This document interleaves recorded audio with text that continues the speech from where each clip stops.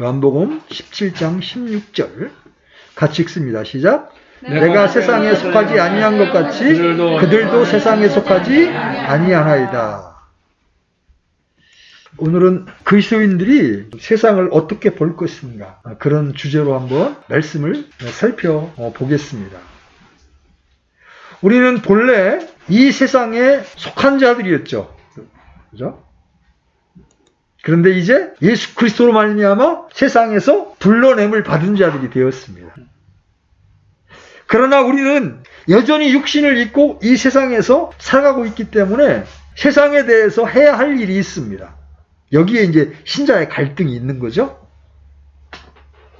이 점에서 많은 그리스도인들이 균형을 잡지 못하고 극단으로 치우치는 것을 우리가 볼 수 있어요. 예컨대 그리스도인들은 세상 사람들로부터 완전히 격리되어야 한다, 이렇게 성별을 주장하는 사람들이 있습니다. 이들은 그리스도인들이 공동체 생활을 해야 하고 수원 생활 같은 그런 삶을 살아야 한다고 믿습니다. 실제로 그런 삶을 사는 사람들이 의외로 많습니다.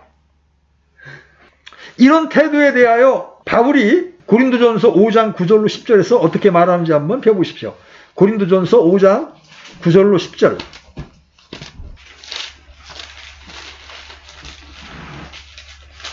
자, 찾으셨으면 같이 읽겠습니다. 시작. 내가 음행하는 자들과 사귀지 말라고 서신에서 너희에게 썼으나 이 말은 이 세상에 음행하는 자들이나 탐욕을 부리는 자들이나 강탈하는 자들이나 우상 숭배자들과 전혀 함께하지 말라는 것이 아니니 만일 그리하려면 너희가 반드시 세상 밖으로 나가야 하리라.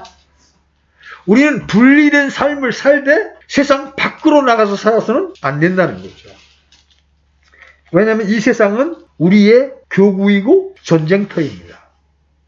또 이런 태도와는 반대로 어떻게 해서든지 주위 사람들이 나를 싫어하지 않도록 해야 한다면서 세상과 사이좋게 사는 것이 하나님의 뜻이라고 주장하는 사람들이 있습니다.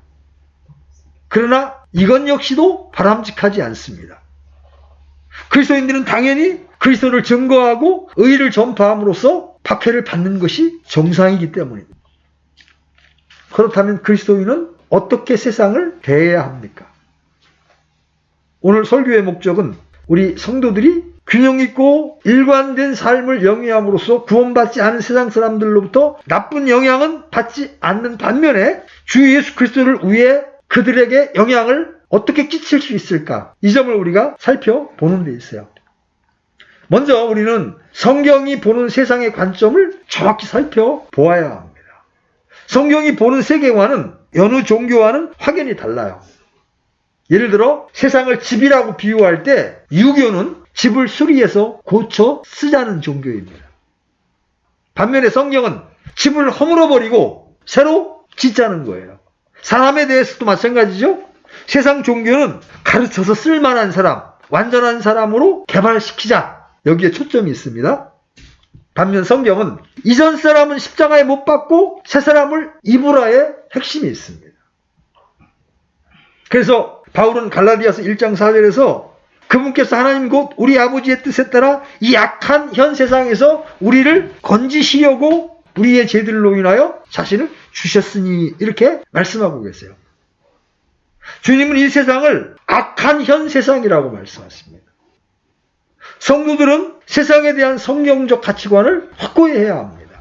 그렇지 않으면 이 세상을 성경적으로 살아갈 수가 없기 때문에 그렇습니다. 한 구절 더 보겠습니다. 요한일서 5장 19절. 요한일서 5장 19절. 자, 찾았으면 같이 읽습니다. 시작. 또 우리는 하나님께 속하고 온 세상은 사악함 가운데 있음을 우리가 아느니라. 온 세상은 사악함 가운데 있기에 주님은 이 세상을 불로 심판하시고 의가 거하는 새 하늘들과 새 땅을 창조하시겠다고 말씀하고 계신 거예요. 이 세상은 개혁과 개발의 대상이 아니고 심판의 대상이라는 거죠. 성경이 성도들에게 세상에 대해 내린 명령들을 이제 살펴보겠습니다. 자, 주님은 세상을 위해 기도하지 않는다고 말씀하셨어요. 나는 요한복음 17장 9절에 나는 세상을 위하여 기도하지 않노라. 지금 하나님께서 성도들에게 세상에 대하여 내린 명령들을 이제 살펴보는 거예요. 첫 번째가 뭐예요? 세상을 위하여 기도하지 않노라. 많은 기독교 단체들과 교회들에서 세상을 위한 기도, 세계 평화를 위한 기도를 합니다만 이와 같은 행위는 주님의 말씀과 일치하는 게 아니에요. 사도 요한은 이렇게 이야기합니다. 세상을 사랑하지 말라. 세상이나 세상에 있는 것들을 사랑하지 말라. 어떤 사람이 세상을 사랑하면 아버지의 사랑이 그 속에 있지 아니하니라. 그리스도인들이 세상을 사랑하면 아버지의 사랑이 그 안에 있지 않다는 증거라는 거예요.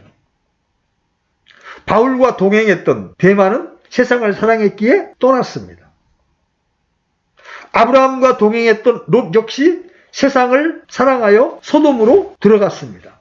많은 사람들이 세상의 제도를 개선하고 법을 정비함으로써 세상을 바꿀 수 있다고 믿지만 악한 사람의 본성이 바뀌지 않는 한 세상은 변화될 수 없습니다.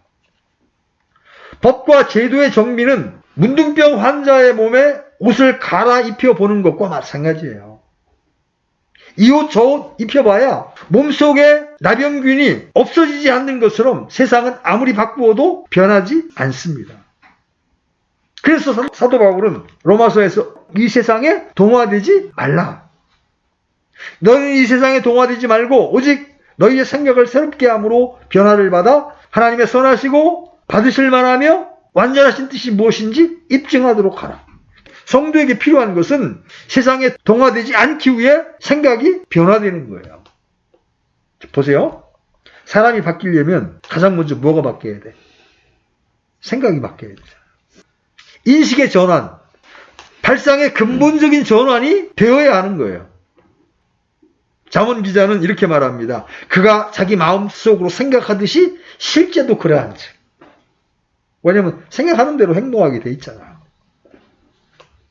그리스도인이 되고 나서 우리에게 많고 많은 변화가 내외적으로 일어나지만 이 세상을 살아가는데 가장 중요한 변화는 바로 생각의 변화예요.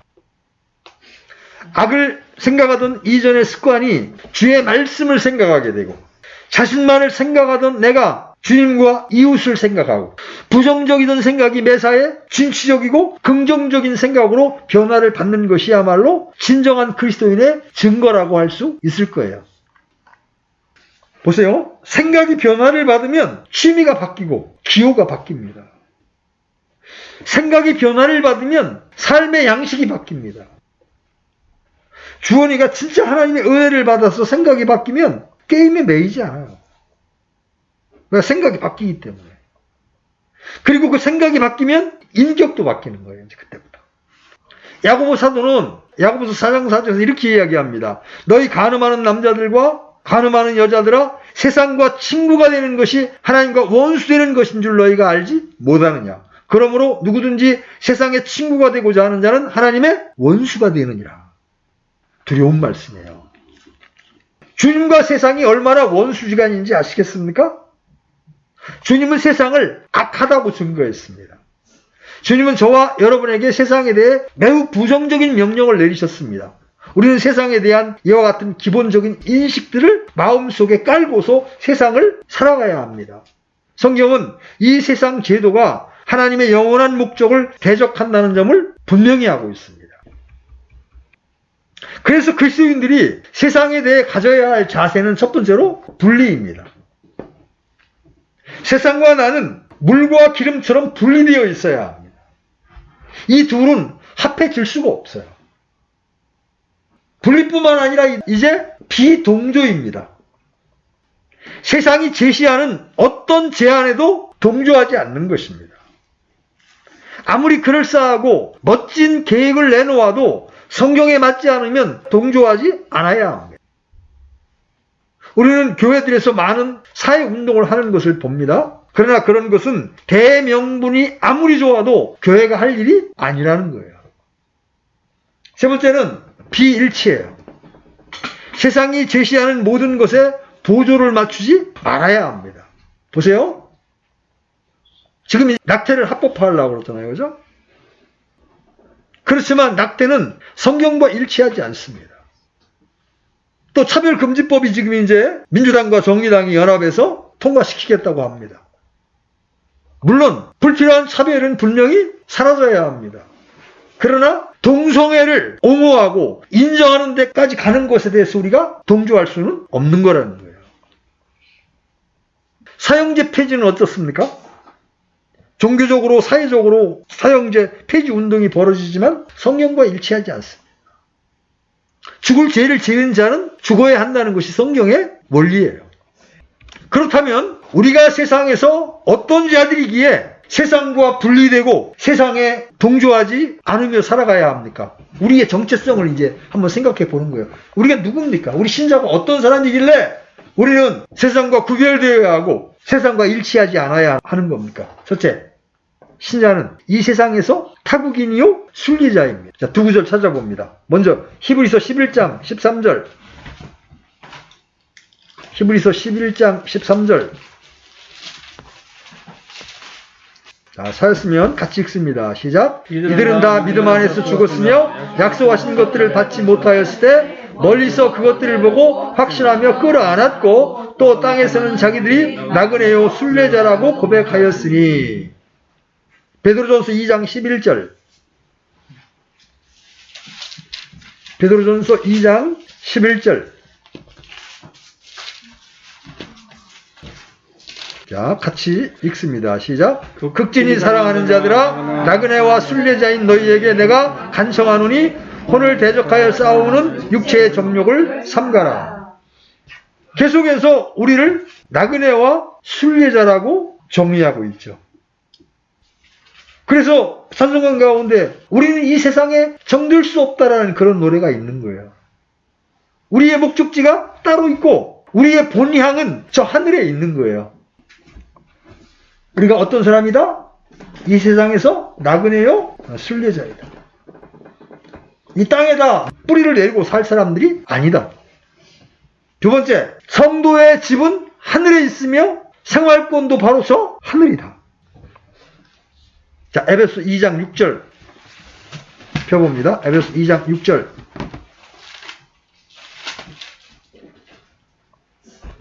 자, 같이 읽겠습니다. 시작. 또 함께 일으키사 그리스도 예수님 안에서 우리를 하늘의 초소들에 함께 앉히셨으니. 우리 몸은 지금 이 땅에 있지만 우리의 영적인 존재는 내가 예수 그리스도 안에 들어가는 순간 이미 천상에 앉힌 바 되었다. 아직 여러분 실감 안 나죠? 하나님이 하신 말씀이 진리고 사실이에요. 또 빌립보서 3장 20절도 보세요. 빌립보서 3장 20절. 같이 읽습니다. 시작. 우리의 생활 방식은 하늘에 있으며 거기로부터 또한 우리가 구원자 주 예수 그리스도를 기다리노니.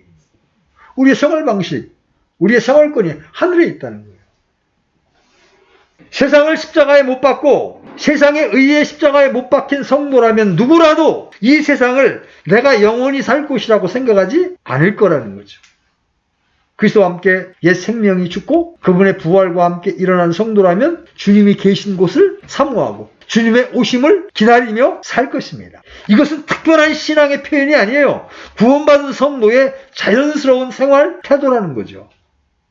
구원받은 것이 사건이 아니라 관념이나 지식으로 다가온 사람들은 성경의 기준에 합당한 종교적인 행위를 하기 위해서 신경을 써야 합니다. 그러나 실제적으로 주님의 보혈을 믿음으로 구원받은 성도들은 저 하늘에 대한 자연스러운 갈망을 갖게 됩니다.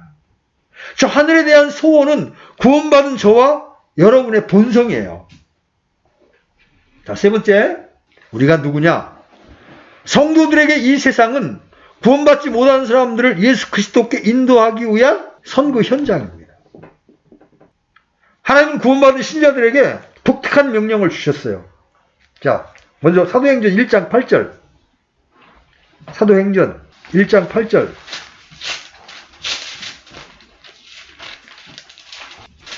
찾았으면 같이 읽습니다. 시작. 오직 성령님께서 너희에게 임하신 뒤에 너희가 권능을 받고 예루살렘과 온 유대와 사마리아에서 그리고 땅의 맨 끝 지역까지 이르러 나를 위한 증인이 되리라 하시니라. 주님은 마태복음 28장 끝부분에서도 이렇게 말씀하셨습니다.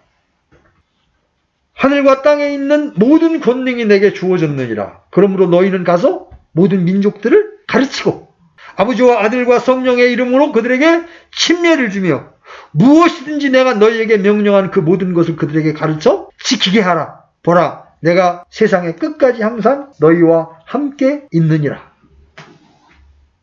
그래서 이 세상은 우리의 일터입니다. 우리는 세상에 나가서 혼들을 이겨와야 합니다. 부지런히 수고하고 애써야 합니다.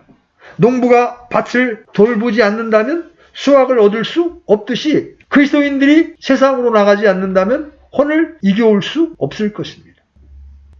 우리가 매년 침례를 주다가 작년에 처음 침례 줄 사람이 없었어요. 그건 교회 안에서 생명이 탄생되지 않았다는 뜻이거든요. 저한테는 그게 가장 큰 아픔이에요. 아무리 팬데믹이 있었고 코로나가 있었다고 그러지만 우리가 게을렀던 거 아닌가, 그런 생각이 들어서 제가 마음이 굉장히 힘들어요, 사실은. 성도의 생활은 세상으로부터 성별되어야 합니다. 행동 또한 그들에게 성경적으로 비춰져야 합니다. 세상 사람들은 성경을 모른다 해도 성경적인 사람과 그렇지 않은 사람을 판별해내는 아주 특이한 능력을 가지고 있습니다.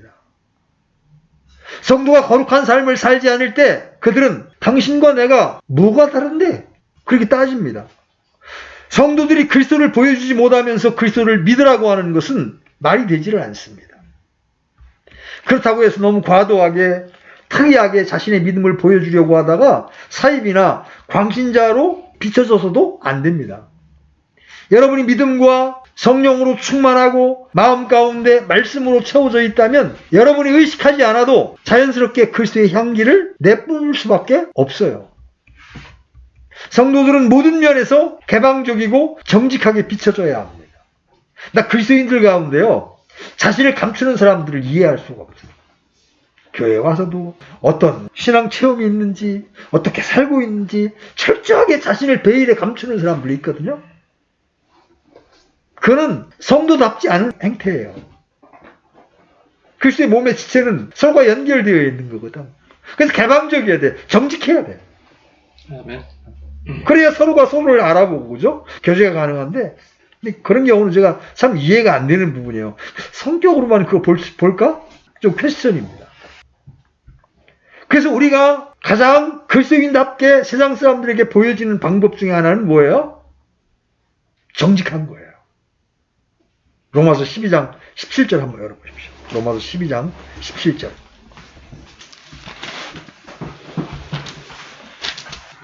찾으셨으면 같이 읽습니다. 시작. 아무에게도 악을 악으로 갚지 말고 모든 사람의 눈앞에서 정직한 일들을 예비하라.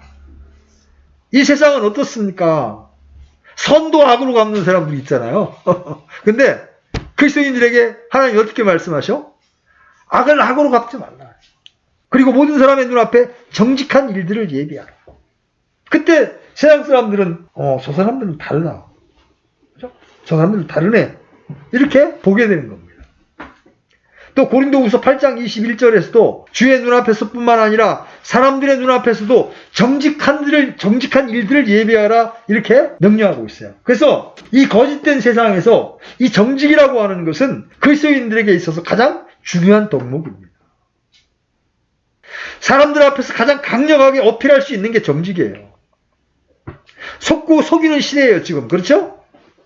이런 시대를 사는 사람들에게 정직은 다른 무엇보다도 깊은 감동을 주고 사람을 달리 보이게 하는 겁니다.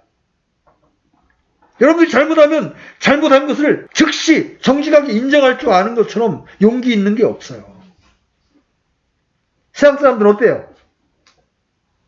무언가 걸리면요, 그냥 변명하고 변호하기에 바쁩니다. 나 요새 조국 교수를 보면서 참 마음이 답답한 게, 이제 새로운 정부의 장관 후보자들도 나처럼 수사하라, 그 말 할 수 있습니다. 근데 그 전에 먼저 대학 교수인 내가 우리 자식들을 위해서 표창장을 의조했습니다. 그건 이미 대법원 판결로도 확정이 됐잖아요. 그걸 인정하고 난 다음에 다른 사람들의 허물을 말해야 되는데 자기의 허물은 한마디도 없습니다. 그래서 정말 이 오늘날 이 지성인들의 양심이랄까? 이게 정말 이게 화인 맞았구나. 우리는 옳고 너희는 틀렸다.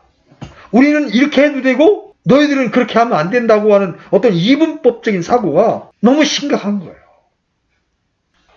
오늘날 교회와 성도들이 세상에서 맛을 잃은 소금처럼 되어버린 가장 큰 원인은 부정직입니다.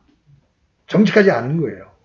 세상 사람들이 같은 세상 사람들에게 당하는 사기와 속임수는 참아도 소위 교인들에게 당하는 사기는 참지를 못합니다.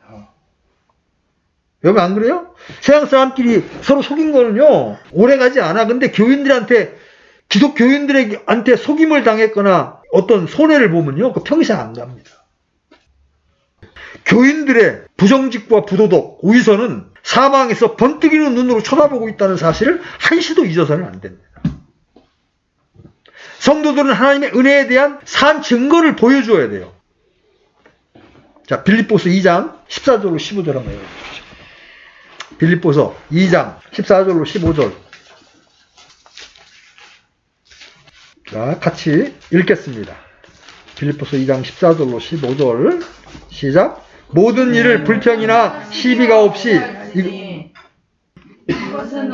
흠이 없고 무해한 자하고 구부러지고 비뚤어진 민족 가운데에서 책망받을 것이 없는 하나님의 아들들이 되게 하려 함이라. 그런 민족 가운데에서 너희가 세상에서 빛들로 빛나며.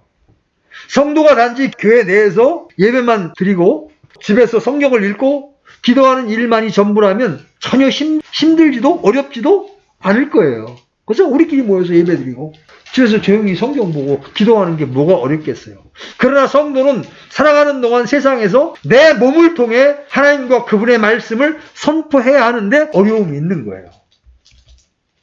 세상 사람들은 그런 우리를 보고 있잖아요. 그래서 우리는 늘 성령으로 충만해져 있어야 되는 거예요. 주님의 은혜가 나를 다스리지 않는다면 나는 도저히 다른 사람과 차별된, 성별된 정직한 삶을 보여줄 수 없어요. 설령 보여줄 수 있다고 해도 며칠이나 지속될 수가 있습니다. 성도는 모든 면에서 성장해야 합니다. 하나님의 말씀대로 선하고 의롭고 경건하게 사는 것이 자연스러운 삶의 방식이어야 합니다. 그렇지 않으면 우위선이 될 수밖에 없는 거예요. 결론적으로 성도들은 삶에 관한 한 세상 사람들로부터 좋은 평판을 받아야 합니다. 예수 믿으라는 건 나 꼴보기 싫지만 그들의 삶은 진짜 괜찮다. 이런 평판을 우리가 받을 수 있어야 된다는 거죠. 동의하십니까? 세상은 하나님을 믿는 믿음, 성경에 대한 믿음을 거부하며 강한 적개심을 가지고 있습니다. 특히 자신들의 죄에 동참하지 않고 동조하지 않고 일치하지 않을 때 그들은 강한 거부감을 드러냅니다. 남들은 다 부정하는데 자기 홀로 깨끗하게 산다고 여러분 한번 해보세요. 직장에서 왕따 당한다니까요. 그들이 자기들과 상이한 생활 방식을 포용하거나 버려두지 않습니다. 여러분 어때요? 바보에게 바보라고 하면 성질을 내죠. 도둑에게 도둑놈이라고 하면 열받는 것처럼 죄인들에게 죄를 지적하면 참지를 못하는 겁니다. 우리의 선한 행실은 그들의 죄를 고발하게 되거든. 말로 안 해도 고발하게 되거든. 그러니까 싫어하는 거예요. 그러나 성도가 세상을 향해서 먼저 시비를 걸거나 불필요한 싸움을 할 필요는 없어요. 왜? 우리의 싸움은 혈과 육에 대항하는 것이 아니거든요. 그래서 이 시간 여러분들에게 세상 사람들에 대한 몇 가지 성경적인 처세술을 제시해 드리려고 합니다. 그러면 나는 세상 사람들에게 어떤 자세로 대해야 할까? 첫 번째, 부드럽게 대해야 합니다. 잠언 15장 1절 한번 읽어봅시다. 잠언 15장 1절.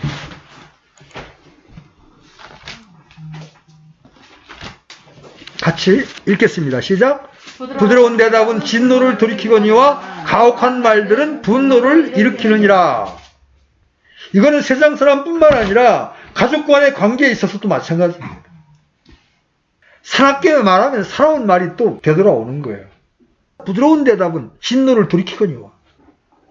엄마가 좀 화가 났어.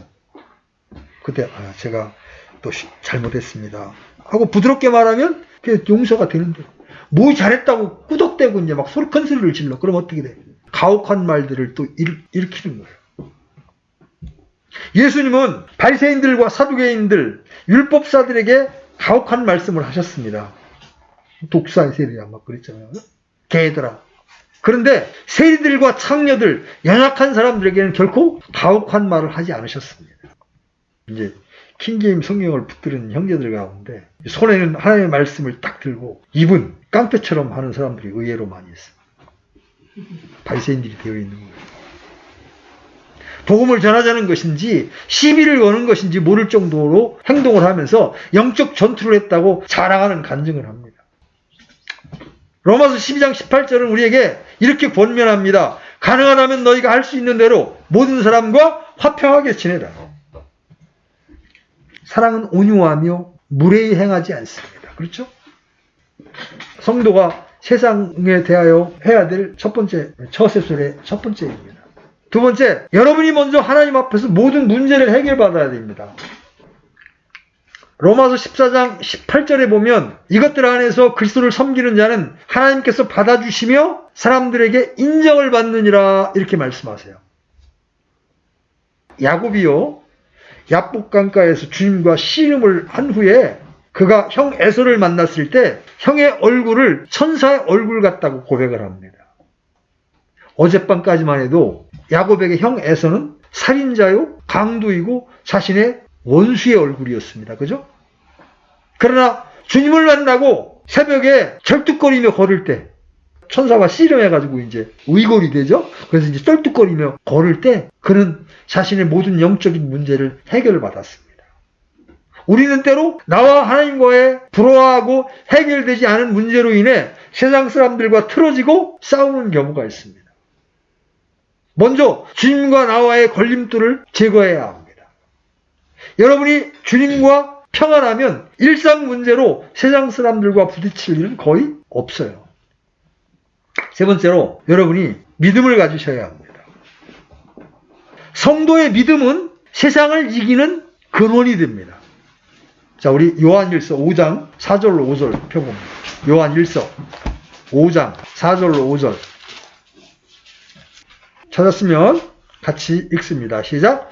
무엇이든 하나님에게서 난 것은 세상을 이기느니라. 세상을 이기는 승리는 이것이니 곧 우리의 믿음이니라. 예수님께서 하나님의 아들이심을 믿는 자가 아니면 누가 세상을 이기는 자냐.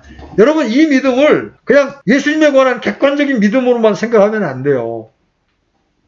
그 예수님이 하나님의 아들이시고 그분이 지금도 살아계셔서 나와 함께 하시고 나의 능력이 되시고 나의 힘이 되신다는 믿음. 그때 이 믿음은 불가사의한 힘을 발휘하게 됩니다. 그래서 하나님을 믿는 믿음을 믿음의 신비라고 부르는 거예요. 믿음은 모든 것을 이기게 되는 겁니다. 여러분이 세상을 이기지 못하면 세상 사람들이 볼 때 저 사람 하나님 믿는데도 저 사람 하나님 어디 갔지? 왜 이렇게 좌절하는 거야? 왜 이렇게 낭망하는 거야? 비웃습니다. 조롱합니다. 여러분이 세상 사람들이 도무지 견딜 수 없어 하는 그러한 좌절과 낭망 앞에서 여러분이 믿음으로 그 세상을 이기게 될 때 어떻게 돼요? 그들에게 도전을 주는 겁니다. 저들 안에 뭔가가 있다. 저들 속에 무엇인가가 있다. 그 다음에 네 번째로 여러분의 적을 사랑하고 그들을 도우십시오. 예수 그리스도께서는 원수를 위해 죽기까지 그들을 사랑하셨습니다. 세상은 이런 사랑을 이해할 수 없어요. 그죠? 진리를 찾는 사람들은 그 사랑의 이끌림을 받는 겁니다. 그래서 로마서 12장 14절 또 20절 21절에서 바울은 이렇게 말합니다. 너희를 핍박하는 자들을 축복하라. 축복하고 저주하지 말라. 20절 그러므로 원수가 줄이거든 그를 먹이고 그가 목마르거든 그에게 마실 것을 주라. 그리함으로 내가 그의 머리 위에 불타는 숯을 쌓으리라. 악에게 지지 말고 도리어 선으로 악을 이기라. 이것은 신약시대의 성도들의 행동 강령입니다. 우리는 성경적인 교리를 파괴하고 배교한 형제들이나 믿음을 부인하는 이단들을 대하는 태도와 세상 사람들을 대하는 태도는 완전히 달라야 합니다. 지체들이 죄를 졌을 때는 냉정하게 판단해주고 돌이킬 수 있도록 해줘야 되지만 세상 죄인들을 향해서는 안타까움, 눈물, 연민으로 대해야 합니다. 분별력 없는 형제들이 예수님이 바리새인들에게 선포한 저주만을 기억하고 있다가 복음을 전할 때도 막 그걸 써먹어요. 그거 어리석은 짓입니다. 십자가에서 흘린 보혈이 어떻게 나를 용서했는가? 내가 어떤 죄인이었다가 용서를 받았는가에 대한 체험적인 지식이 없는 형제들은 결코 죄인들을 향해 흘릴 눈물과 연민의 가슴이 없어요. 하지만 복음의 진술을 제대로 체득한 형제들은 세상 죄인들을 향한 뜨거운 가슴과 눈물이 있는 겁니다. 하나님, 저들을 불쌍히 여겨주시옵소서. 저들이 대로 그대로 가게 되면 저들이 가는 걸음 끝에는 죽음이 있고 그 다음에 심판이 있는데, 저들이 생명의 호흡이 있는 동안 하나님 앞에서 우리의 실존을 깨닫고 저들이 구원을 받기를 원합니다. 이게 우리 마음속에 타고 있어야 됩니다. 다섯 번째, 여러분의 원수나 적을 위해 기도하되 순수한 동기를 가지고 기도해야 합니다. 이 부분 한번 찾아봅니다. 마태복음 5장 44절.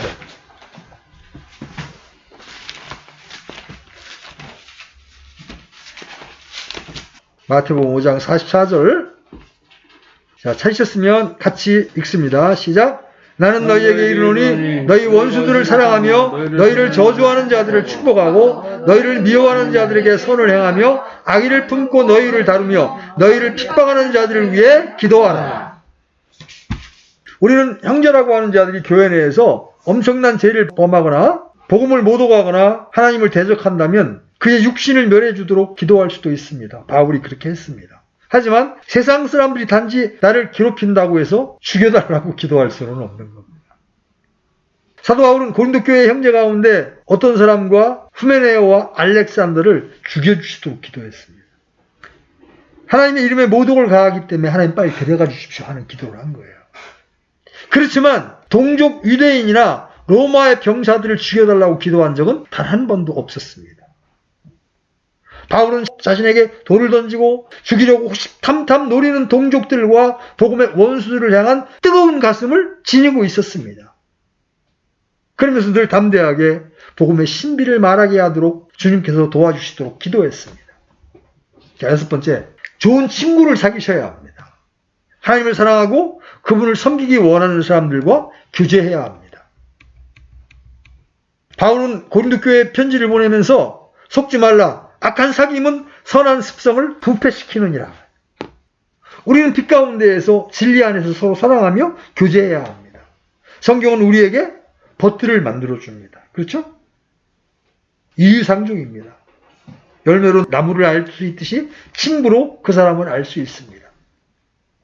잠언 13장 20절에는 지혜로운 자들과 함께 걷는 자는 지혜로우려니와 어리석은 자들의 벗이 되는 자는 멸망을 당하리라. 누가 지혜로운 자들이에요? 하나님을 따라 걷는 자들이 지혜로운 자들이에요. 누가 어리석은 자예요? 마음에 하나님이 없다는 자들이 어리석은 자예요. 그런 사람들과 벗이 되면 어떻게 돼? 멸망을 당한다. 또 세상 정부에 대한 성도들의 의무는 무엇입니까? 로마서 13장과 베드로전서 2장에는 성도들의 국가에 대한 의무가 나옵니다.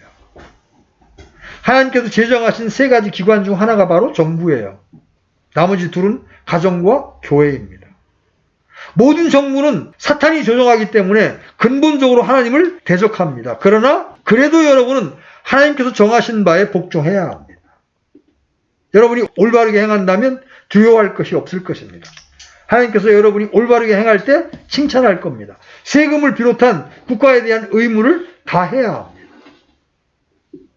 권세 있는 자들을 존중하되 그들이 악할지라도 그들의 악에 동참하지 마십시오. 하나님께 대한 어떤 모양으로든지 대항하지 말고 하나님께서 그들을 다루실 것을 기다리십시오. 복수는 누가 해줘요?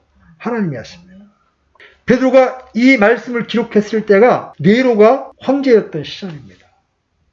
네로는 아마 로마 역사상 가장 포악한 왕이었을 거예요. 여러분, 법으로 또 정치적인 행위로 인간을 바꿀 수 없습니다. 인간은 본성적으로 타락했고 죄인이기 때문에 주 예수 그리스도를 개인적으로 알므로써만 변화를 받을 수가 있는 거예요. 그래서 우리는 우리의 이러한 삶의 모습을 통하여 그리스도를 전시해 줘야 되는 거예요. 오늘은 이렇게 그리스도인이 세상을 어떻게 바라보아야 하는가, 그런 부분들을 여러분들에게 전해드렸습니다. 우리는 때때로 이 말씀들을 잊어버리고 육신적으로 세상 사람들과 똑같이 반응하고 행동할 때가 많아요. 그죠? 그런 부분들이 여러분 생각난다면 돌이키시고 이러한 말씀의 기준에 비추어서 여러분이 생각하고 말하고 행동할 때 우리는 이 세상에서 빛들로서 우리의 역할을 잘 감당하고 하나님께 영광을 돌리는 신자가 될 줄로 믿는 겁니다. 아멘. 잠시 기도합시다. 하나님 아버지, 우리가 이 세상에 살지만 이 세상에 속할 수 없는 자들임을 배웠습니다. 우리가 이 세상을 살다 보면 우리도 모르는 사이에 세상과 연합하고 세상과 동화될 때가 얼마나 많았는지요. 오 주님, 이 시간 우리의 이러한 허물들을 하나님 앞에 자백하고 돌이킵니다.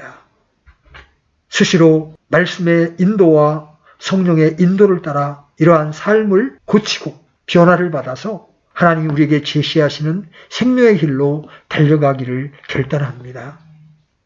주님, 우리에게 이러한 말씀의 빛을 더 분명하게 비춰주시고 성령의 권능으로 우리를 붙잡아 주셔서 우리가 세상에서 이 땅을 사는 동안 나그네와 순례자로서 이 세상에 대하여 빛들을 바라며 살아갈 수 있도록 우리를 붙잡아 주시고 염려 주시기를 원합니다. 그래서 주님 만날 때 참 착하고 신실한 종이었다고 칭찬받는 저희 모두가 될 수 있도록 은혜를 베풀어 주시옵소서. 우리에게 이러한 복된 삶으로 초청하시는 주님의 은혜 앞에 감사와 찬미를 드립니다.